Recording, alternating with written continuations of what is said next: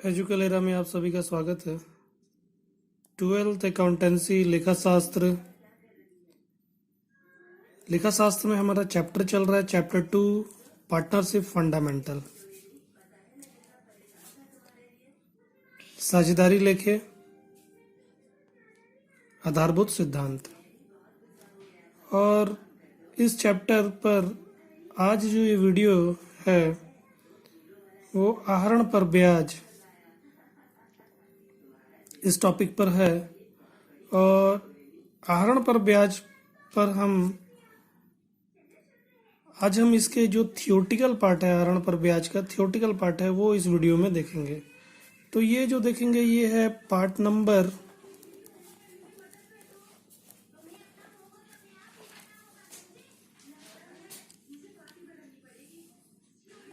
17। Part number 17। इस video में हम आहरण पर ब्याज इसके थियोटिकल पार्ट को कवर करेंगे। पिछले वीडियो में जो 16 नंबर का वीडियो था वो इंटरेस्ट ऑन कैपिटल मतलब पूंजी पर ब्याज के विषय में था। और उसका पूंजी पर कैपिटल जो टॉपिक था उस पर मैंने उसका थियोटिकल पार्ट नहीं बनाया क्योंकि वो आसान सा टॉपिक था, केवल हमको पूंजी पर ब्याज की गणना करनी थी, तो वो हम सवाल के माध्यम से उसको आसानी से समझ जाते, इसलिए मैंने उसका थियोटिकल पार्ट नहीं बनाया। मगर आहरण पर ब्याज का क्या है कि थोड़ा सा हमको कुछ कैलकुलेशन इसमें, आप जैसे सवालों में देख रहे थे आहरण पर ब्याज, उस पर हमने कैलकुलेशन देखा, मगर थियोटिकल पार्ट में क्या है कि इसके और जो कैलकुलेशन है, क्योंकि आहरण क्या होता है कि आहरण हम कभी कभी एक मुश्त कर लेते हैं, कभी कभी उसको किस्तों में मतलब कि थोड़े थोड़े अमाउंट को साल में निकालते हैं, तब वहां पर किस तरह कैलकुलेशन किया जाता है वो हम इस वीडियो में देखेंगे। तो आज इसका थियोटिकल पार्ट है, आप देखिएगा। फिर इसके बाद की जो वीडियो आएंगे मैं उसमें इसके प्रैक्टिकल क्वेश्चन को समझाऊंगा। तो आप देखिएगा, ये एनसीईआरटी की आपकी सिलेबस की बुक है। Part 1 non profit organisation, partnership accounts, अलाभकारी संस्थाएं एवं साझेदारी लेखे। ठीक है, तो आइए हम अब प्रारंभ करते हैं इसको। आहरण पर ब्याज। तो आहरण पर ब्याज क्या होता है, इसका अर्थ देखिएगा। साझेदारों द्वारा निजी कार्य हेतु फर्म से राशि या संपत्ति आहरण करना, मतलब कि साझेदार जो व्यापार के मालिक हैं, अपने फर्म के मालिक हैं, वो क्या करते हैं कि अपने निजी मतलब कि व्यापार के काम से नहीं, अपने खुद के जो उनका खुद का कार्य है, अपने घरेलू कार्य है, उस कार्य के लिए क्या करते हैं, व्यापार से, फर्म से कुछ राशि या संपत्ति निकाल लेते हैं निजी उपयोग के लिए, निजी। तो उस आहरण को हम, जो राशि निकाल रहे हैं उसको हम आहरण कहते हैं। राशि या संपत्ति निकाल रहे हैं व्यापार से, उसको हम आहरण कहते हैं। ठीक है, तो सिंपल सा है। साझेदारों और निजी कार्य हेतु मतलब अपने खुद के उपयोग हेतु फर्म से राशि या संपत्ति आहरण करना। ठीक है, ये तो हो गया इसका अर्थ। अब देखिएगा जो साझेदारी है उसके हिसाब से हम देखते हैं इसको। तो यदि साझेदारों के मध्य आहरण पर ब्याज के लिए कोई स्पष्ट समझौता नहीं है, मतलब जितने भी साझेदार हैं उनके मध्य, उनके बीच में आहरण पर ब्याज के लिए, क्योंकि मालिक क्या करते हैं, आहरण करते हैं। व्यापार से उन्होंने क्या किया, राशि निकाल ली। अब व्यापार से उन्होंने राशि जब निकाल ली तो क्या हुआ कि व्यापार से राशि निकल गई, तो जब मालिक ने पैसा निकाला तो एक तरह से मालिक का क्या हो गया, दायित्व बन गया। किसके प्रति, व्यापार के प्रति, क्योंकि मालिक ने पैसा निकाल लिया है तो व्यापार के प्रति उसका दायित्व बन गया। अब व्यापार क्या करती है कि जब वो कुछ राशि निकाल लेते हैं या संपत्ति निकाल लेते हैं तो उस पर व्यापार उनसे ब्याज वसूल करती है। ठीक है, होता है। हम भी यदि बैंक से लोन लेते हैं या कुछ राशि लेते हैं उनसे उधार के रूप में, तो क्या करती है, हम पे बैंक ब्याज लगा देती है। या हम बैंक में पैसा जमा करते हैं तो उस पर हमको ब्याज देती है।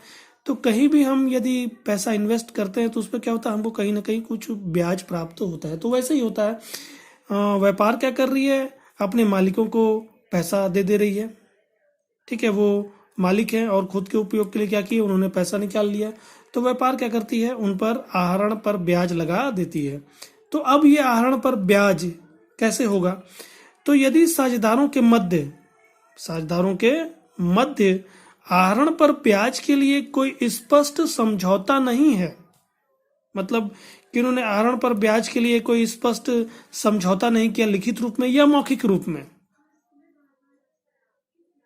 आपस में उन्होंने ठहराव नहीं किया है कि आहरण पर ब्याज लिया जाएगा, ठीक ना, कि नहीं लिया जाएगा, तब क्या होता है, स्पष्ट समझौता नहीं है तो आहरण पर ब्याज प्रभावित नहीं होगा। मतलब कि जब स्पष्ट समझौता नहीं है आहरण पर ब्याज पर कि लिया जाए कि नहीं लिया जाएगा, तब वहां पर व्यापार जो है वो आहरण पर ब्याज नहीं लेगी, मतलब अपने मालिकों से, साझेदारों से वो आहरण पर ब्याज नहीं लगाएगी। ठीक है, साझेदारी अधिनियम 1932, साझेदारी अधिनियम 1932 कहती है यदि उन्होंने समझौता किया आहरण पर ब्याज के लिए तो ठीक है, आहरण पर ब्याज के लिए उन्होंने समझौता किया है तो जितनी दर से उन्होंने समझौता किया है कि आहरण पर ब्याज इस दर से लेंगे तो उतने दर से वो मालिक साझेदार जो है व्यापार को ब्याज देंगे। यदि नहीं किया है तो फिर कोई भी ब्याज उनसे नहीं लिया जाएगा। अब आगे देखिएगा, आहरण पर ब्याज के लिए साझेदारों के मध्य स्पष्ट समझौता आवश्यक है। मतलब कि यदि साझेदारों को आहरण पर ब्याज लगाना है, ठीक है, आहरण पर ब्याज यदि लेना है व्यापार के लिए, तब क्या होना चाहिए, उनके बीच में स्पष्ट समझौता होना चाहिए, चाहे लिखित या मौखिक। यदि स्पष्ट समझौता है तो निर्धारित दर पर आहरण पर ब्याज फर्म द्वारा साझेदारों से लिया जाएगा। यदि उन्होंने समझौता किया इस विषय पर तो जितने भी दर से उन्होंने समझौता किया है, 5%, 10%, 15% वार्षिक, जितने भी दर से उन्होंने समझौता किया उस दर से व्यापार क्या करेगी, इन पर आहरण पर ब्याज लगा देगी। ठीक है, तो ये हमारा होता है आहरण। इसका टॉपिक मैंने आपको समझाया, ज्यादा नहीं है, थोड़ा सा ही है। अगर समझौता है तो आहरण पर ब्याज फर्म लगा देगी, अगर नहीं है तो आहरण पर ब्याज नहीं लेगी। ठीक है, समझौता इनके बीच में जो हुआ है, जिस दर से इन पर समझौता हुआ है, किस दर से ये लोग ब्याज लगाएंगे, जिस पर समझौता हुआ लिखित या मौखिक, उस पर आहरण पर ब्याज लगा दिया जाएगा फर्म के द्वारा। अब हम देखते हैं इसकी गणना के विषय में कि गणना कैसे की जाती है आहरण पर ब्याज। तो क्या है कि आहरण पर ब्याज की गणना, ठीक है, तो इसको हमको थोड़ा सा समझना होता है कि आहरण क्या है कि कभी कभी आपको सवाल में देखेंगे एक मुश्त देता है कि 12,000 रुपए इसने क्या किया, किसी साझेदार ने 12,000 रुपए आहरण किया, कोई दूसरा साझेदार था उसने 15,000 रुपए आहरण किया। अब इस पे आपको दे देगा आहरण पर ब्याज 10%। तो वहां पर हमारा कैलकुलेशन सिंपल सा हो जाता है, हम क्या करते हैं 12,000 का 10% निकाल देते हैं।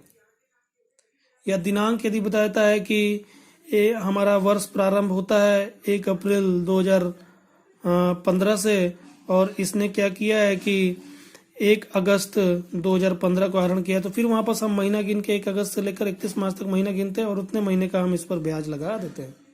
मगर कभी कभी क्या होता है कि साझेदार क्या करते हैं कि एक मुश्त न निकालकर थोड़ी थोड़ी राशि को आहरित के रूप में निकालते हैं। मतलब कि मान लीजिए कि हर महीना वो 1,000 रुपए निकाल रहा है, कोई साझेदार है हर महीना 1,000 रुपए आहरण के रूप में कर रहा है, हर महीने 1,000 रुपए ही आहरण कर रहा है, तब वहां पर किस तरह कैलकुलेशन किया जाएगा हमको वो समझना होता है। तो हम यहाँ पर देखेंगे उसके कैलकुलेशन को। तो देखिएगा थोड़ा सा, जब कोई निश्चित स्थिर राशि, मतलब कि कोई निश्चित राशि, ठीक है, एक निश्चित समय अंतराल में आहरित किया जाता है, जब निश्चित राशि निश्चित अंतराल में आहरित की जाती है तब वहां पर कैलकुलेशन कैसा होता है देखिएगा। अब निश्चित राशि क्या है कि प्रति माह, या तो वो प्रति माह निकाल रहा है या तो तिमाही भी निकाल सकता है, ठीक है, जैसा भी हो आप देखेंगे, सवाल के माध्यम से हम देखेंगे इसको। मगर आपके बुक में ये दोनों ही दिया हुआ, प्रत्येक माह और तिमाही, यानी साझेदार प्रत्येक महीना आहरण कर रहा है और आपको तिमाही के विषय में बता रहा है, या तो वो तिमाही में आहरण कर रहा है। तो जब ये दोनों ही आ जाते हैं तो उस तरह उसमें हम कैसे कैलकुलेशन करते हैं। ठीक है, तो पहले हम माह वाले में देखते हैं कि साझेदार क्या कर रहे हैं। साझेदार क्या है, हर महीने आहरण के रूप में कुछ राशि निकाल रहे हैं। ठीक है, तो अब प्रत्येक माह में कर रहे हैं, तो प्रत्येक माह में भी कैसे, या तो महीने के प्रारंभ में, जैसे एक साझेदार ने जनवरी में निकाला, साझेदार 2 साझेदार 3 साझेदार जितने भी हों, उन्होंने क्या किया, जनवरी माह में आहरण किया और जनवरी माह के पहले तारीख को 1 जनवरी को ही आहरण कर लिया। तो ये क्या हो गया, माह के प्रारंभ में। अब हर महीना हम लोग क्या करेंगे, 1 फरवरी, 1 मार्च, इस तरह वो हर महीने के पहले तारीख को आहरण करेंगे। ठीक है, तो ये कौन सा हो गया, प्रत्येक माह और माह के प्रारंभ में।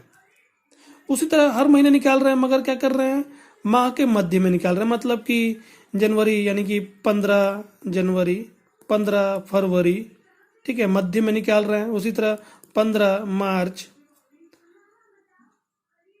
ठीक है, प्रत्येक माह के अंतिम में, अब तीसरा दिया हुआ है कि प्रारंभ में, पहला दिया प्रारंभ में, हर महीने प्रारंभ में निकाल रहे हैं तो उसमें कैसे कैलकुलेशन होगा। हर महीने के या तो मध्य में निकाल रहे हैं, यदि मध्य में निकाल रहे हैं तो कैलकुलेशन कैसा होगा।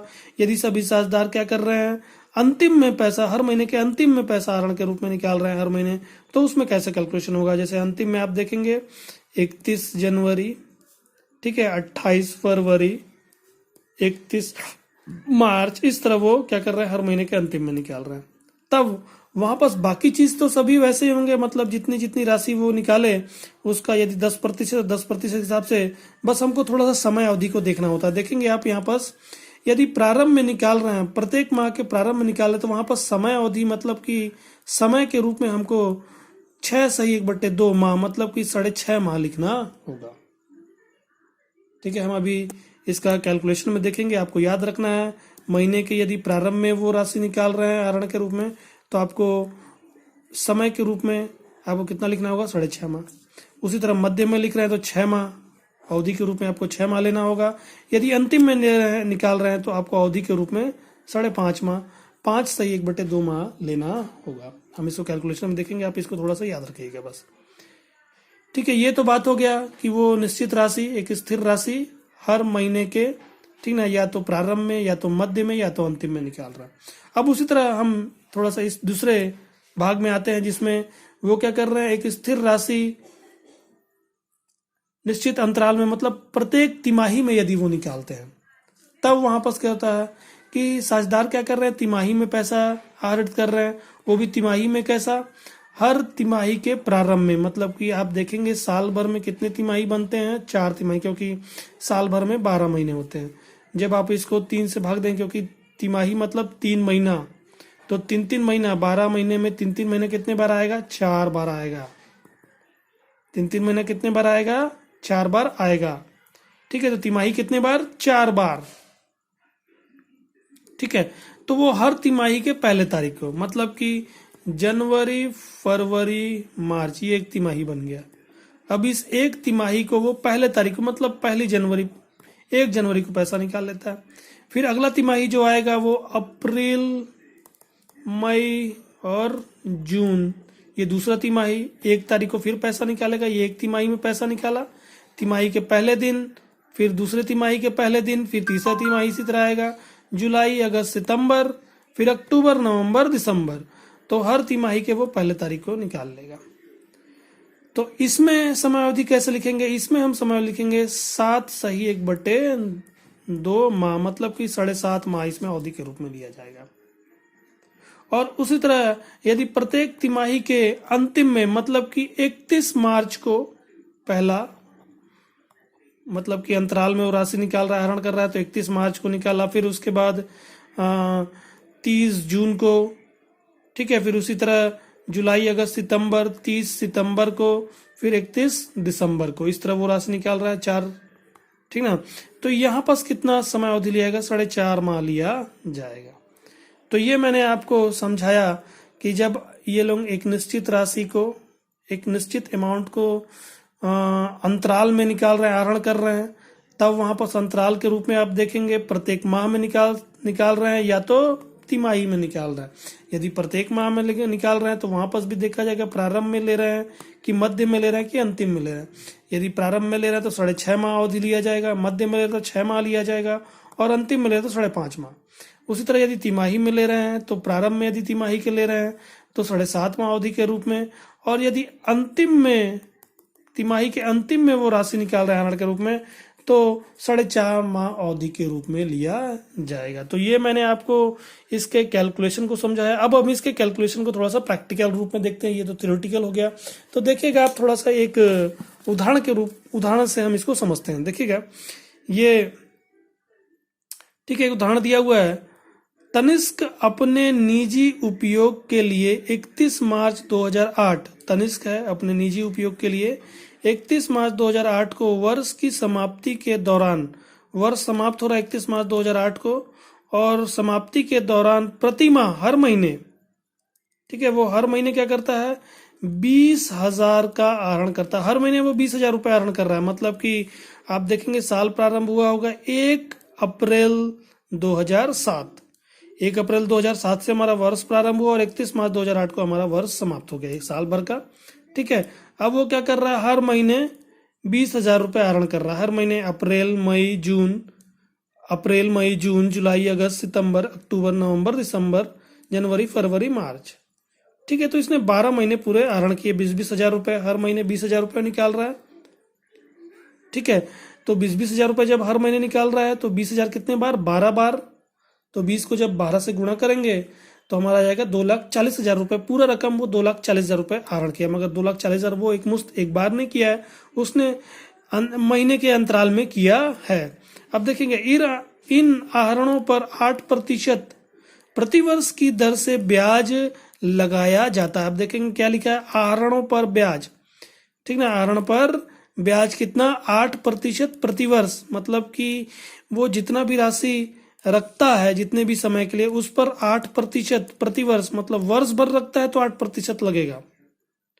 ठीक है, और यदि जितने भी समय के लिए लगाएंगे तो हम वापस, यदि वर्ष साल भर से कम रखता है तो फिर हमको क्या करना होगा, उसको वापस समय अवधि को हमको लिखना होता है। तो आप देखेंगे इन आहरणों पर 8% प्रतिवर्ष की दर से ब्याज लगाया जाता है।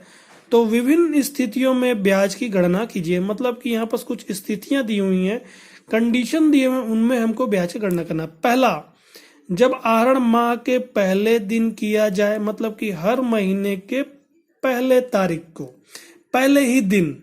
जनवरी में आहरण किया तो जनवरी के 1 तारीख को, फरवरी में आहरण किया, फरवरी का महीना उसमें आहरण किया फरवरी के 1 तारीख को, मार्च में आहरण किया मार्च के 1 तारीख को। इस तरह हर महीने के प्रथम दिवस पर वो पैसा आहरण के रूप में ले लेता है। तब वहां पास आहरण पर ब्याज किस तरह निकाला जाएगा, ये पूछ रहा है। फिर आगे बोलता है, जब आहरण माह के अंतिम दिन पर, यदि माह के अंतिम दिन पर मतलब जनवरी में निकालेगा किस दिनांक पर, 31 जनवरी को, फरवरी में 28 फरवरी को, तब यदि माह के अंतिम दिनांक पर वो 20,000 रुपये आहरण कर रहा है हर महीने, तो वहां पर किस तरह कैलकुलेशन किया जाएगा। और तीसरा बोलता है, जब आहरण माह के मध्य में किया जाएगा, तो आपको ध्यान रखना है, प्रथम दिनांक पर तो 6.5 माह अवधि, ठीक ना, अंतिम में 5.5 माह की अवधि, और यदि मध्य में किया है तो 6 माह की अवधि लिया जाएगा। हम इसको अब देखते हैं, देखिएगा आप। तो ये इसका हल है। ठीक है, तो पहला देखिएगा, जब आहरण माह के पहले दिन किया जाए, मतलब कि इसने 20,000 रुपये आहरण किया, कब, माह के पहले दिनांक पर। तो देखेंगे औसत अवधि, मतलब जो मैं औसत अवधि आपको बताया था 6.5, 6 और 5.5। ठीक है, यदि महीने के प्रथम दिवस पर पहले ही तारीख को वो क्या कर रहा है, आहरण कर रहा है, तब वहां पर 6.5 माह लग जाता है अवधि, औसत अवधि। ठीक है, अब ये औसत अवधि कैसे निकाल, मैंने आपको डायरेक्टली वापस बता दिया, मगर इसको निकाला कैसे गया। तो आप देखेंगे कि उसने पहला कब लिया, 1 जनवरी को लिया। ठीक है, 20,000 रुपये उसने क्या किया, 1 जनवरी को निकाला। ठीक है, 1 जनवरी को उसने क्या किया, 20,000 रुपये आहरण किया। फिर उसी तरह वो क्या करेगा, फिर 1 फरवरी को आहरण करेगा 20,000 रुपये। तो देखेंगे 1 जनवरी, ठीक है, तो 1 जनवरी से लेकर 31 दिसंबर, ठीक है, ये जो 20,000 है वो पूरे 12 महीने वो रखता है। ये पूरे जो 20,000 है वो पूरा 12 महीना वो रखता है। तो यहाँ पास पहले वाले को, मतलब कि ये पहले वाले को जब हम ये 6.5 माह निकालते हैं, तो ये औसत अवधि को कैसे निकालते हैं, हमको इस पहले वाले को ध्यान रखना होता है। और अंतिम वाला, मतलब कि जब 1 दिसंबर को, 1 दिसंबर बोल रहा हूँ, ठीक ना, यहाँ पास 1 अप्रैल से चालू हुआ, ठीक ना, 1 अप्रैल, मतलब कि 1 अप्रैल को उसने पहला निकाला 20,000 रुपये। ठीक है, ये पहला हो गया। और अंतिम वाला मतलब कि 1 मार्च 20,000 रुपये। तो हमको इन दो माह को ध्यान देना होता है, पहले माह को और जो अंतिम माह, जिस अंतिम माह वो राशि निकल रहा है उसको। तो ये पहला माह आप अप्रैल से गिनेंगे, अप्रैल से लेकर 31 मार्च तक पूरा 12 महीने हो जाता है। अप्रैल मई जून जुलाई अगस्त सितंबर अक्टूबर नवंबर दिसंबर जनवरी फरवरी मार्च, पूरा लेंगे तो 12 महीना हो गया। और उसी तरह जब 1 मार्च को निकालता है तो ये 1 मार्च है, 1 मार्च से 31 मार्च, मतलब कि 1 माह। तो ये 20,000 पूरे 12 महीने के लिए, और ये 20,000 अंतिम वाला 20,000 जो है वो केवल 1 महीने के लिए। तो हम इसका औसत अवधि कैसे निकालते हैं, 12 धन 1, और औसत निकाल रहे हैं क्योंकि 2 1 2, तो 2 से इसको भाग दे दिया जाएगा। तो जब आप इस तरह करेंगे तो इसका जोड़ आ जाएगा 13 और 2, जब इसको भाग देंगे 13 को हम 2 से, तो 2 छक 12, एक यहाँ पास नीचे बच गया शेष के रूप में, तो इसको हम कैसे लिखेंगे 6 सही 1/2, ये हमारा अवधि आ गया। ठीक है, तो इसी तरह अवधि निकाला गया है। जब इसमें आप मध्य में देखेंगे तो मध्य में क्या हो रहा है कि वो जनवरी के बीच में निकाल रहा है, तो जनवरी का केवल आधा महीना ही लिया गया, मतलब कि 12 महीने ना होकर 11 महीने और 11.5 या 11 11.5 महीने हो जाता है। पहला जब वो निकालता है मध्य में निकाला, तो जनवरी के मध्य में निकाला, तो जहां पास आप देखेंगे अगर शुरू में निकाला था तो पूरा 12 महीने होता, मगर ये मध्य में निकाला है तो 12 महीने ना होकर केवल 11.5 महीने हुआ। और जब अंतिम में आप जाएंगे, जब मार्च में पहुंचते हैं, तो मार्च में क्या अंतिम जब वो निकालता है कब 15 मार्च को निकालता है, तो यहाँ पास क्या होगा केवल आधा महीना हुआ, तो इसका कितना हो गया आधा महीना। जब इसका आप कैलकुलेशन करेंगे तो यहाँ पास कैलकुलेशन कैसे बनेगा, तो ये हो गया 11.5 महीना धन आधा महीना, जब आधा आधा जुड़ जाएगा तो 1 हो जाएगा, ठीक ना। तो यहाँ पास हो गया 11 और 1 12, 12/2, तो यहाँ पास हो गया 6 माह, मतलब कि मध्य में 6 महीने का ही लगता है। फिर उसी तरह जब अंतिम वाला आप निकालेंगे तो क्या होगा कि 31 जनवरी को वो पहला निकाल रहा है, तो 31 जनवरी, क्योंकि जनवरी तो पूरा निकल गया, तो पहले में कितना समय अवधि हुआ, केवल 11 महीने। ठीक है, केवल 11 महीने। और जब अंतिम वाला, क्योंकि अंतिम वाला एकदम 31 मार्च को निकालेगा, तो इसमें तो जिस दिनांक पर व्यापार का जो लेखा जोखा बंद हो रहा है उसी दिनांक पर ले रहा, तो ये तो 1 महीने के लिए नहीं निकाला, तो केवल 11 महीने और इसका 0 हो जाएगा। तो आप जब 2 से भाग देंगे तो 11/2, तो यहाँ पास आ जाएगा 5, जब भाग देंगे तो 5.5, मतलब कि इसमें 5.5 महीना ही लगेगा। तो ये इसका कैलकुलेशन आप देखेंगे यहाँ पास। ठीक है, तो ये औसत अवधि इस तरह निकाला जाता है। तो हमने औसत अवधि देख लिया। ठीक है, औसत अवधि कैसे निकाला गया था, कुल अवधि महीनों में, मतलब कि पहला जो है वो कितना हो गया 12 महीने, और अंतिम वाला जो है केवल 1 महीने। पहला वाला जो पूरा 12 महीने और अंतिम वाला 1 महीने, उसको औसत हम निकाल रहे हैं, दो जन को लिया था, 2 से भाग देंगे तो हमारा 6.5 माह आ जाएगा। अब देखिएगा, इसको हम ब्याज का गणना कर रहे हैं, तो ये हमारा जब आहरण का पहले दिन किया जाएगा तो वहां पास अवधि कितना लिया जाएगा 6.5 माह। अब इसका कैलकुलेशन करेंगे, ठीक ना। तो वो पूरा मिलाकर कितना राशि ले रहा है 2,40,000, केवल 20,000 नहीं, 2,40,000 पूरे साल भर में उसने 2,40,000 निकाला है। 2,40,000 का 8%, 2,40,000 का 8%, ठीक है, 2,40,000 का 8%, इसका हम जब अवधि लेंगे तो 13/2, मतलब कि 6.5 माह, ठीक ना। ये 6.5 माह, उसका यहाँ पास आप देखेंगे थोड़ा सा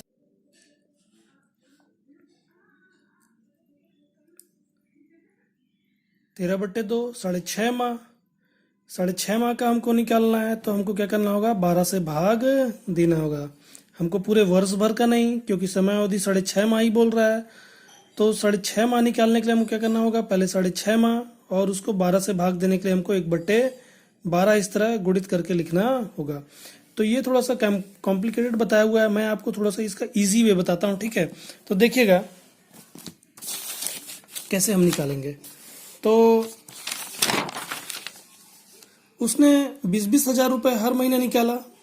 ठीक है, हम कौन सा अभी देख रहे हैं, हम देख रहे हैं कि वो हर महीने 20,000 रुपये निकालता है, आहरण करता है, और हर महीने के प्रथम दिवस पर, मतलब महीने के प्रारंभ में ही वो क्या कर रहा है 20-20 हजार रुपये निकाल रहा है। तो जब प्रारंभ में निकाल रहा है तो फिर हम कैसे कैलकुलेशन करेंगे, तो 20-20 हजार रुपये उसने निकाला पूरे 12 महीने के लिए, तो कितना आहरण किया 2,40,000, पूरे साल भर में 2,40,000। अब इस पर हमको आहरण पर ब्याज निकालना है। ठीक है, तो 2,40,000 रुपये आहरित किया, उसका 8% ब्याज, उसका 8%। ठीक है, मगर पूरे साल भर का नहीं, क्योंकि 8% वार्षिक है, क्योंकि हमको यहाँ पर समय अवधि को देखना होगा। समय अवधि हमने देखा, क्योंकि ये 20-20 हजार रुपये अंतराल में निकाल रहा है, पूरा 2,40,000 एक मुश्त नहीं निकाला है इसने, तो वहां पर जब एक मुश्त नहीं निकाला है तो पूरे 2,40,000 को उसने साल भर अपने पास नहीं रखा।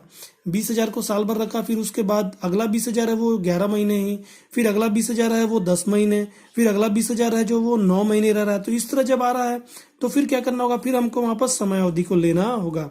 तो आपने समय अवधि निकाला था, समय अवधि मैंने बताया जब प्रारंभ में, हर महीने के प्रारंभ में जब राशि आहरण की जाती है तब वहां पर समय अवधि क्या ली जाती है, 6.5 माह। तो हम यहाँ पर 6.5 माह लेंगे। देखें कैसे लिखेंगे इसको, 6 सही 1/2, ये हमारा 6.5 माह हो गया, बटे में 12, क्योंकि हमको साल भर का नहीं निकालना है तो केवल 6.5 माह का निकालना, तो 12 से भाग देना होगा। तो हम 12 से भाग देंगे, जैसे ही 12 से भाग देंगे तो क्या होगा, 1 महीने का निकल कर आएगा, फिर 6.5 से गुणा कर देंगे तो 6.5 माह का हो जाएगा। तो इस तरह हमारा कैलकुलेशन होगा। अब इसको देखिए कैसे कैलकुलेट करेंगे, 2,40,000 ये हो गया, ठीक ना, ये 8%। अब इसको हम थोड़ा सा करते हैं, जब आप इसको गुणा करेंगे तो 6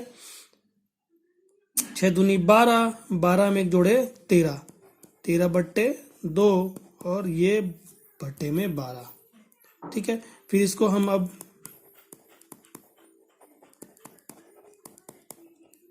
ठीक है, ये हर है, इसको भी हम नीचे उतार लेते हैं, 13 यहाँ पर ये नीचे आ जाएगा गुणा होते हुए 12 के साथ, ठीक है। अब हम काटते हैं, 2 एकम 2, 2 चौके 8, 2 एकम 2, 2 का पहाड़ा और 2 का पहाड़ा 4 बार कट गया, ठीक है। फिर उसी तरह 4 एकम 4 और 4 का पहाड़ा 3 बार कट गया, ठीक है, यहाँ पास 3 आ रहा है।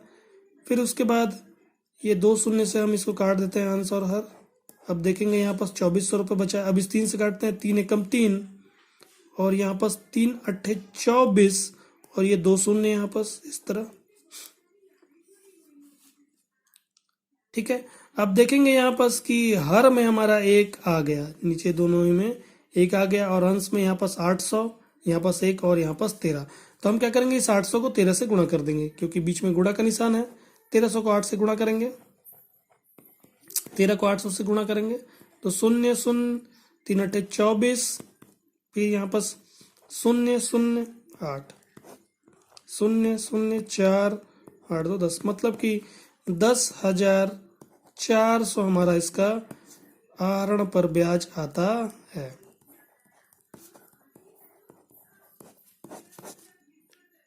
ठीक है, तो ये हमारा हो गया प्रथम, मतलब कि जब राशि आहरित की जा रही है, कब, माह के प्रथम प्रारंभ में, जब माह के हर महीने के प्रारंभ में जब राशि आहरित की जाएगी तब वहां पर इस तरह कैलकुलेट किया जाएगा। 20-20 हजार रुपये हर महीने निकाल रहा है, तो कुल मिलाकर उसने 2,40,000 निकाला है। 2,40,000 रुपये एक मुश्त नहीं निकाला है, तो इस पर 8% ब्याज लगेगा, मगर कितने महीने के लिए, केवल 6.5 माह के लिए। ठीक, तो ये पहला हो गया। अब उसी तरह आगे देखिएगा, लिखा है कि हमको दूसरा कंडीशन यहाँ पर बोल रहा था कि जब आहरण माह के अंतिम दिन पर किया जाए, जब आहरण माह के अंतिम दिन पर किया जाए तब औसत अवधि हम कितना लेंगे, कुल अवधि, क्योंकि अंतिम दिनांक पर आप ले रहे हैं तो पहला जो 20,000 निकाल रहे हैं वो कितने अवधि के लिए, केवल 11 महीने के लिए। ठीक है, क्योंकि वो 12 महीने नहीं, क्योंकि आपने अंतिम में, जनवरी तो पूरा निकल गया, जनवरी के अंतिम में आपने निकाला, तो पहला जो 20,000 निकाल रहे हैं वो केवल 11 महीने ही हो रहा है साल भर में। तो पहला जो है वो, ठीक है, 11 महीने के लिए, और अंतिम वाला जो है, क्योंकि हर महीने के अंतिम में निकाल रहे हैं, तो जब आप अंतिम में पहुंचेंगे, मार्च में जब पहुंचेंगे, 31, जब मार्च में पहुंचेंगे, साल जब हमारा बंद होगा, तो वहां पास मार्च के 31 तारीख को, यानी अंतिम दिनांक को आप निकालेंगे, तो उस महीने तो वो आपके पास रहेगा नहीं, क्योंकि 31 तारीख को आपने निकाला है। तो केवल पहला जो है वो 11 महीने के लिए, और जो अंतिम वाला है वो 0, मतलब एक भी महीने के लिए नहीं। ठीक है, यहाँ पास आपको देखेंगे औसत अवधि निकाला गया, कुल अवधि महीनों में, मतलब कि 12 महीने होते हैं, उसमें से 1 माइनस कर दिया है, मतलब कि यहाँ पास उसने 1 माइनस करके दिखाया। यहाँ पास आप देखेंगे 1 प्लस करके दिखाया, यहाँ पास 1 माइनस, इस तरह भी आप कर सकते हैं। ठीक है, तो इस तरह आप करेंगे तो आपको थोड़ा सा याद रखना होगा, मैं जो बता रहा हूँ वो लॉजिक के रूप में बता रहा हूँ। ठीक है, तो कुल अवधि महीनों में 12 महीने, एक साल में 12 महीने होते हैं, उसमें से आप जब आहरण आप अंतिम में कर रहे हैं तो वहां पास माइनस करना पड़ेगा, और आहरण जब आप पहले दिन पर कर रहे हैं तो वहां पास प्लस करना होगा। ठीक है, तो यहाँ पास माइनस करेंगे और औसत हमारा 2, क्योंकि 2 ही महीना हमने लिया है, पहला और अंतिम का। ठीक है, तो 12 में से 1 जब घटाएंगे तो आ जाएगा 11, 11/2, 11/2, इस 11 को आप भाग देंगे तो 5.5 माह का होता है। तो अब इसके अनुसार 5.5 माह की अवधि हम लेंगे। तो उसी तरह 2,40,000 ब्याज हमारा, ब्याज की दर हमारा 8%, 8/100, और जब हम समय अवधि लेंगे तो 5.5 माह, इस तरह भी आप लिख सकते हैं 11/2 गुणित 1/12। ठीक है, इसका कैलकुलेशन आप देखिएगा। तो ये हमारा हो गया अंतिम, मतलब माह के अंतिम में। ठीक है, हर प्रत्येक माह के अंतिम दिनांक पर। तो 2,40,000 आहरित किए साल भर में, उसका 8%, और समयावधि कितना लेंगे 5.5 माह बटे 12, क्योंकि महीने का हमको निकालना है, माह का निकालना है, इसलिए 12 से उसको भाग देना होगा, पूरे वर्ष भर का नहीं है। ठीक है, तो इसको वैसे ही 2,40,000 8/100, इसको हम, ये मिश्रित भिन्न है, साधारण भिन्न में बदलते हैं। तो 5 दूनी 10, 1 11/2 और बटे में 12, इस 2 को फिर नीचे उतारते हैं। 2,40,000 8/100, और यहाँ पास 11 12, ये 2 नीचे आ गया, 12 गुणित 2, फिर काटेंगे 2 एकम 2, 2 चौके 8, 4 एकम 4, 4 3 12, फिर यहाँ से ये 2 शून्य कट गया, और 3 एकम 3 और 3 अट्ठे 24, और ये 2 शून्य लग जाएगा, 1 और 2, तो 800, यहाँ पास 800, और यहाँ पास हम देखेंगे नीचे में हमारा हर में 1 आ गया है, तो 800 गुणित 11, 800 गुणित 11। ठीक है, तो 0 फिर 0 फिर 8, उसी तरह 0 0 और 8, तो 8,800 हमारा आता है। इसका उत्तर हमारा आएगा आहरण पर ब्याज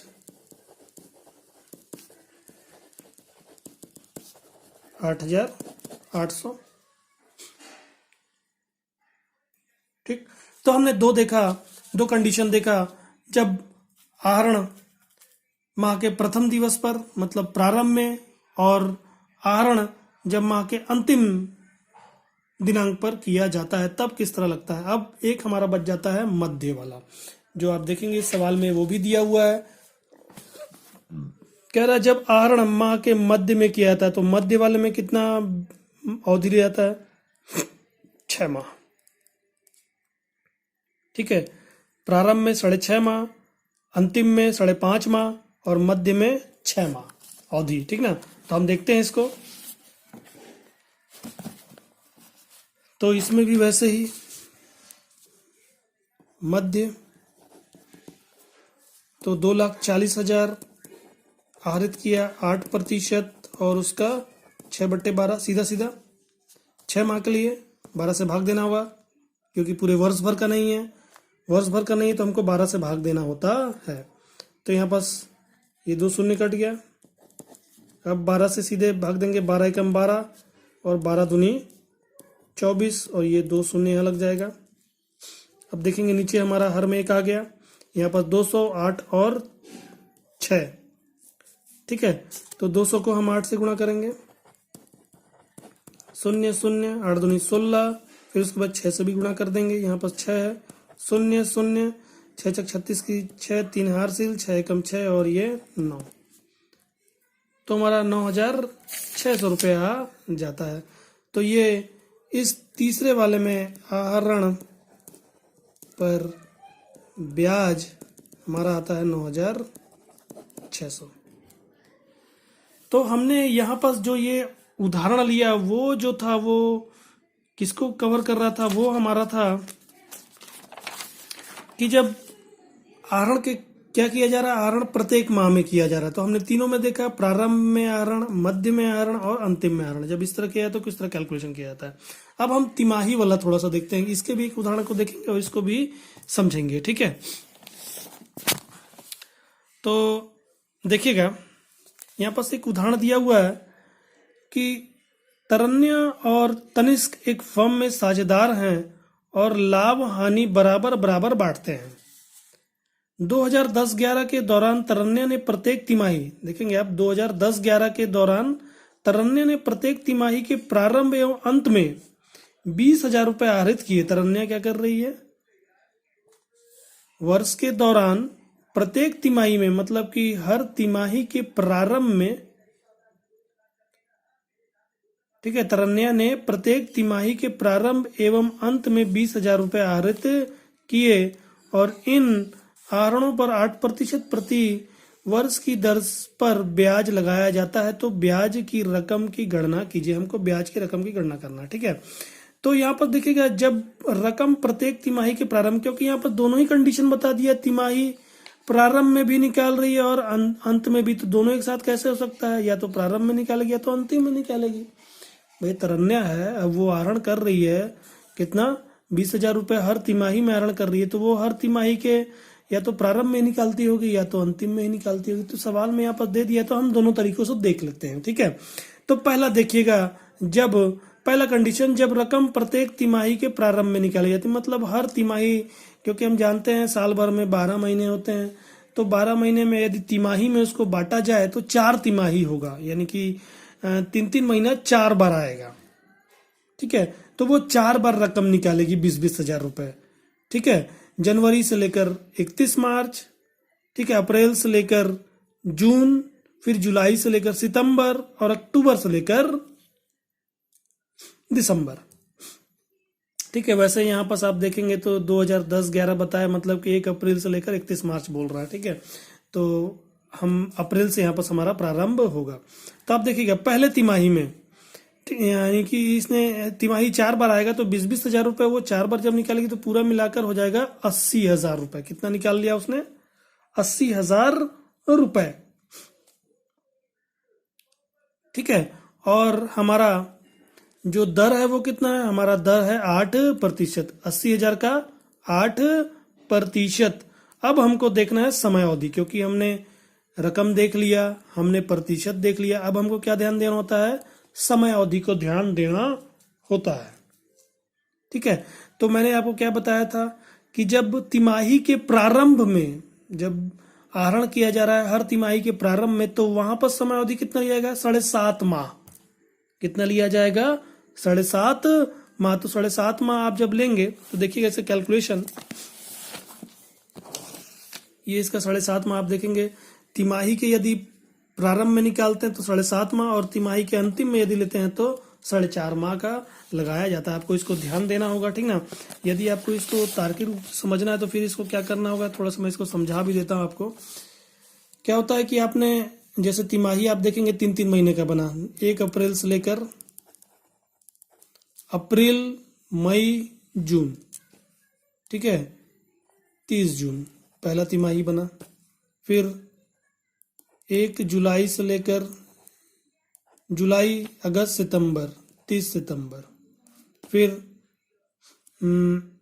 1 अक्टूबर से लेकर हमारा हो गया 31 दिसंबर, और 1 जनवरी से लेकर 31 मार्च। ये 4 तिमाही बना। इसमें इसने 20,000 निकाला, इसमें भी 20,000 निकाला, इसमें भी 20,000 और इसमें भी 20,000। अब ये 20,000 कब, 1 अप्रैल को, ये 20,000 कब, 1 जुलाई को प्रारंभ में, ये 20,000 कब, 1 अक्टूबर को, ये 20,000 कब, 1 जनवरी को, ठीक है। तो ये 20,000 जो निकाला, ये इसके पास, क्योंकि हमको पूरा साल भर देखना है, तो ये फर्म क्या करेगी, इसके ऊपर, फर्म इसके ऊपर पूरे 12 महीने का लगाएगी। 1 अप्रैल से 31 मार्च पूरा रखेगा ये, तो कितना हो गया, पूरा 12 महीने, ठीक है। और उसी तरह जब अंतिम वाले, क्योंकि हमको प्रथम और अंतिम वाले को लेना, तो औसत हम निकाल रहे हैं, ठीक ना। तो यहाँ पर आप देखेंगे 1 जनवरी से लेकर 31 मार्च, मतलब 3 महीने, जनवरी, फरवरी, मार्च, मतलब कि इसमें आता है 3 महीने। तो अब हम औसत निकालेंगे, ठीक है। औसत जब निकालेंगे तो पहला जो है वो 12 महीने और अंतिम वाला जो है वो 3 महीने। इसको जब औसत करेंगे, क्योंकि हमने 2 ही को लिया, 2 से भाग देंगे, तो यहाँ पर आ जाता है 15/2, मतलब कि 7.5 माह। जब जब भाग देंगे 2 से तो यहाँ पास 2 सत्ते 14। अब देखेंगे यहाँ पास बच गया, एक बच जाता है। ठीक है, दशमलव लगाएंगे आप तो क्या हो जाएगा 0.5 यानी कि 1/2 आ जाएगा। तो 7.5 माह। ठीक है, ये तो हो गया कब, जब तिमाही के प्रथम प्रारंभ में। और यदि तिमाही के वो अंतिम में, यदि अंतिम में निकाल दे तब क्या होगा। आप देखेंगे 20,000 रुपये कब, 30 जून को। 30 जून मतलब जून में। ठीक है, तो 3 महीने तो निकल गया, अप्रैल मई और जून, 3 महीने तो निकल गया। अब कहां से बचा, यहाँ जुलाई से लेकर 31 मार्च, 1 जुलाई से लेकर 31 मार्च, मतलब 12 में 3 महीने निकल गया। तो पहला जो है वो कितने महीने के लिए, केवल 9 महीने के लिए। तो ये पहला हो गया। और जब अंतिम वाला निकालेगी कब, अंतिम वाला निकालेगी 20,000 रुपये 31 मार्च को, तिमाही के अंतिम दिनांक पर। तिमाही के अंतिम दिनांक पर। तो हम तिमाही के हर तिमाही के अंतिम दिनांक पर निकालेंगे तो हमको ध्यान, जब अवधि निकालेंगे तो केवल हमको दो अवधि के लिए हमको इन दोनों की आवश्यकता पड़ेगी। ठीक है, तो पहला वाला जो है केवल 9 माह के लिए, और अंतिम वाला जो है वो 0 माह के लिए। मतलब कि 31 मार्च को ही निकाला तो ये इस साल तो वो पूरा निकल गया, ये साल तो पूरा निकल गया। ठीक ना, तो आप देखेंगे यहाँ पर जब निकालेंगे तो 9 और ये अंतिम वाला जो है वो 0, और औसत हमको 2, क्योंकि 2 है तो 2 से इसको भाग देना होगा। तो 9/2 जब लिखेंगे तो ये आ जाएगा 4.5। जब 9 को 2 से भाग देंगे तो 4.5 में आ जाएगा। तो ये हमारा अवधि इस तरह निकालने का है।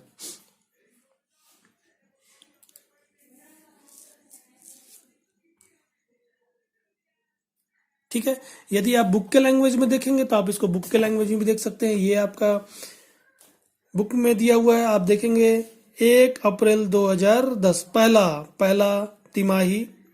ठीक है, क्योंकि हमारा वर्ष 2010-11 है तो पहला तिमाही 1 अप्रैल से लेकर, ठीक है, 1 अप्रैल को पहला तिमाही चालू होता है। यहाँ पर पूरा 12 महीने का, फिर एक साथ जुलाई में हो रहा है। ठीक है, क्योंकि 30 जून को यहाँ पर समाप्त होता है पहला तिमाही, फिर 1 जुलाई से चालू हो जाता है। तो दूसरा तिमाही में फिर 20,000 रुपये, फिर तीसरा तिमाही, और ये चौथा तिमाही ये प्रारंभ का है 20,000 रुपये।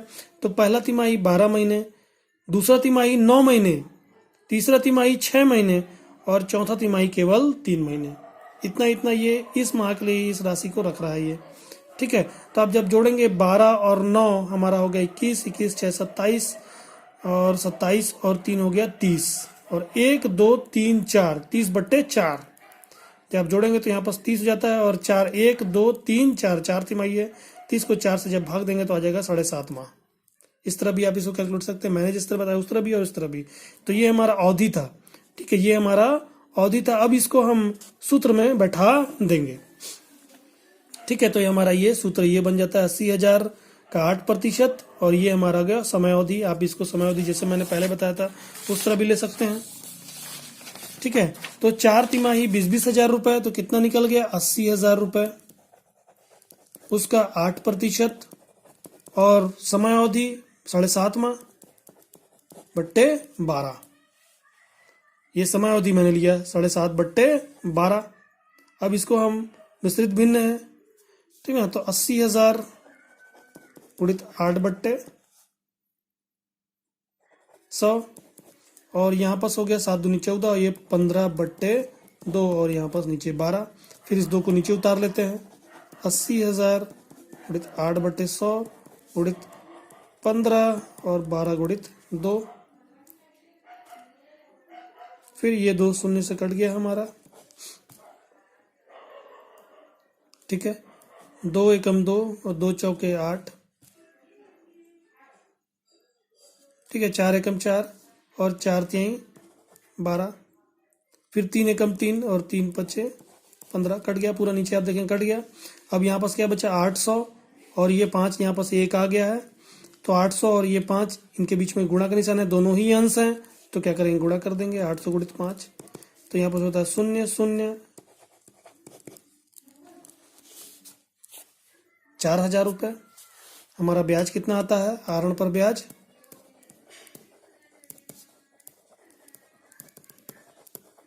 4,000 रुपये।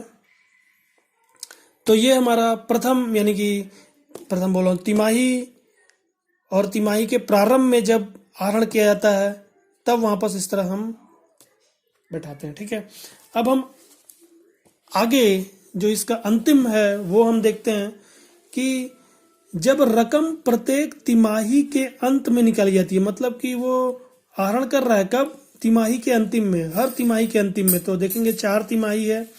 अब तिमाही 1 अप्रैल से लेकर 30 जून पहला तिमाही, तो 30 जून अंतिम पे 30 जून 2010 को वो 20,000 रुपये आहरित करेगा। अब आप देखेंगे क्योंकि 30 जून को, क्योंकि 3 महीने तो निकल गया, अप्रैल में इसने नहीं कहा तो अप्रैल को नहीं गिना जाएगा, मई को भी नहीं गिना जाएगा, इसने जून 30 जून को, तो जून भी पूरा महीना निकल गया। तो कहाँ से गिना जाएगा, जुलाई से। जुलाई, अगस्त, सितंबर, अक्टूबर, नवंबर, दिसंबर, जनवरी, फरवरी, मार्च, 9 महीने, केवल 9 महीने इस पर वो रख पाएगा, तो 9 महीने का ब्याज इस पर लगेगा। तो 20,000 पर 9 महीने के लिए। फिर अगला 20,000 क्योंकि तिमाही के अंतिम में, और दूसरा तिमाही 30 सितंबर को समाप्त हो रहा है, तो 30 सितंबर से लेकर 31 मार्च 6 महीने होता है। फिर तीसरा तिमाही जो 31 दिसंबर को समाप्त होता है, इस दिनांक पर वो 20,000 रुपये निकाला, तो उस तीसरा तिमाही में केवल कितना समय हुआ, 3 महीने का ही हुआ। और चौथा तिमाही जो है 31 मार्च को समाप्त होता है, इसी दिनांक पर वो 20,000 रुपये आहरित कर रहा है, तो इसमें क्या 0 माह हो गया। तो जब हम चारों को जोड़ेंगे तो 9, 6, 3, 0 और 1, 2, 3, 9, 6, 15, 15, 3, 18, 18/4। जब 18 को 4 से आप भाग देंगे तो 4.5 माह आता है। तो ये हमारा हो गया समय अवधि। अमाउंट हमारा हो गया 20,000, 80,000 पूरा मिलाकर 80,000। इस तरह आपको फॉर्मेट आपको बनाना पड़ेगा, इस तरह का वैकल्पिक विधि जो इसका फॉर्मेट होता है उस तरह समझने के लिए हम इसको बना सकते हैं। फिर उसके बाद हम इसका कैलकुलेशन करते हैं। ठीक है, तो आप देखेंगे कि कितना किया उसने। आप इस तरह अलग अलग भी कर सकते हैं, या तो एक मुश्त सीधा भी इस तरह कर सकते हैं कैलकुलेट। ठीक है, अलग अलग भी आप कर सकते हैं। 20,000, ये 20,000 जो है उसका 8% 9 महीने के लिए, ये 20,000 जो है उसका 8% 6 माह के लिए, ये 20,000 है उसका 8% 3 माह के लिए। और यहाँ तो 0 माह दिया हुआ है, तो यहाँ पर आप 0 से गुणा कर देंगे, 0 आ जाएगा। ठीक है, इस पर कोई ब्याज नहीं, क्योंकि ये तो 0 माह के लिए रखा गया। ठीक ना, तो इस तरह आप अलग अलग भी कर सकते हैं, इस तरह कैलकुलेट एक साथ भी कर सकते हैं। तो पूरा आप देखेंगे, पूरा मिलाकर उसने कितना अमाउंट आहरित किया, 80,000 रुपये। इसका 8% कितना माह के लिए, 4.5 माह के लिए। तो इसको भी हम, इसका भी कैलकुलेशन आप देखिएगा। तो ये 80,000 रुपये का 8% कितने माह के लिए, 4.5 माह के लिए। अब 80,000 गुणित 8/100, और यहाँ पर इसको मिश्रित भिन्न को सिंपल में बदलते हैं। ठीक ना, 4 दूनी 8, 1 9, 9/2 और बट्टे 12। तो 80,000 गुणित 8/100 गुणित 9, और यहाँ पर 12 गुणित 2। फिर काटेंगे, 2 एकम 2, 2 चौके 8, यहाँ पर ये कट गया। ठीक है, फिर 4 एकम 4 और 4 3 12, 3 एकम 3, 3 तिहाई 9। यहाँ पर देखेंगे आप अंश, और ये अंश यहाँ पर एक आ गया है। ठीक है, एक आ गया है, तो 800 यहाँ पर भी हर में पूरा एक आ गया है। तो 800 को 3 से गुणा करेंगे, 8 त्रिक 2400, 3 से गुणा करेंगे 8 को तो 24 आ जाएगा। 2 शून्य लगा देंगे तो 2400 रुपये। मतलब आहरण पर ब्याज इसका जो है वो 2400 रुपये आता है। तो ये हमारा इसका कैलकुलेशन था, जो दोनों ही रूपों में मैंने आपको समझाया। ठीक है, और आगे भी इसके कैलकुलेशन जो है, और भी कैलकुलेशन आएंगे, तो मैं इसको आपको सवाल के माध्यम से समझाऊंगा, क्योंकि सवाल के माध्यम से हम आसानी से किसी चीज़ को भी आसानी से हम समझ लेते हैं। तो ये मैंने जो बुक में आपको दिया था, दोनों ही तरीकों से मैंने आपको उसको समझा के बताया। फिर हम इसके प्रैक्टिकल सवाल को भी देखेंगे। मेन मकसद मेरा ये था कि थोड़ा सा मैं इसके थ्योरेटिकल पार्ट को आपको बताऊं। क्या था कि मैं इसको आपको सीधे प्रैक्टिकल में जाके, इसके क्वेश्चन में जाके आपको सीधे से समझा सकता था, मगर फिर भी मैंने इसके थोड़ा सा थ्योरेटिकल पार्ट को समझाने के रूप में आपको इसके एग्जाम्पल को भी लेकर थोड़ा समझाया है।